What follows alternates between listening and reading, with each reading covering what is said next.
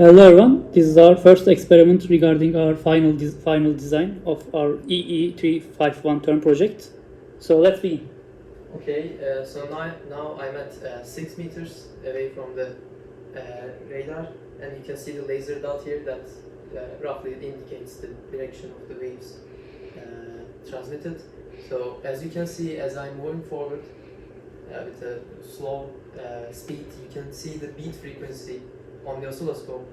You can see it's certain frequency, and that frequency is directly correlated, proportional to the actual speed of the object. So now I'm at 5 meters. It's 6 meters. The peak to peak voltage was like around 64 millivolts. Mm-hmm. Okay, so what about 5 meters?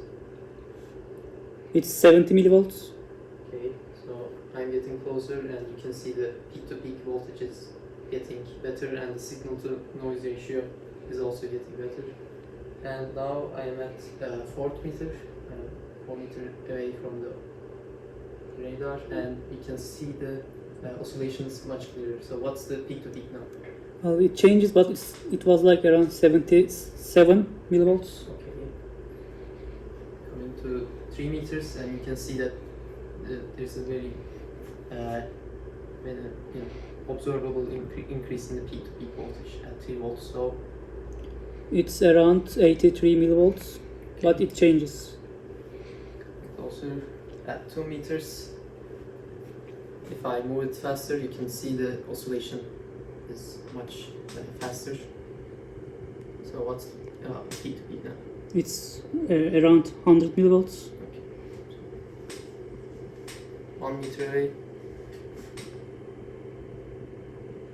It's around like 130 millivolts. And all of these peak-to-peak voltages are within our microphone input range, so we can amplify and process these signals easily in PC software.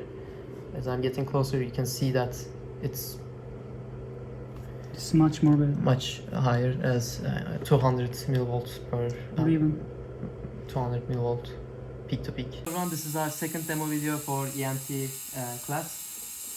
Here we are now listening to the beat frequency by using this audio card to sample the analog beat frequency and processing it and listening it in our PC. So you can see the analog signal over here, and this is the FFT of the digitized sampled signal.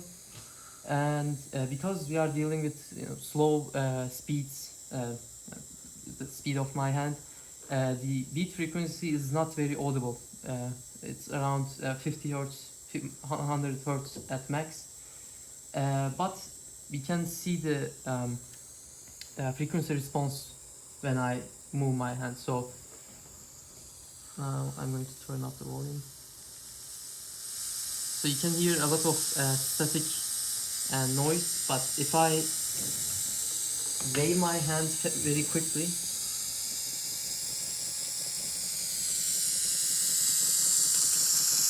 you can see, you can hear a humming sound due to the beat frequency.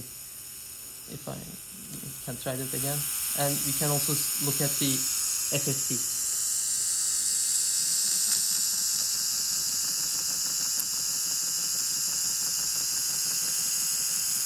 So you can see here that the main frequency, the peak frequency is around 150, 130 hertz. So that corresponds to some certain speed, and this demonstrates that our radar is capable of measuring speeds as low as 1 kilometers per hour. Here, this is our third project demonstration. You can see our working radar on the oscilloscope and small beat frequency changes. You can see here.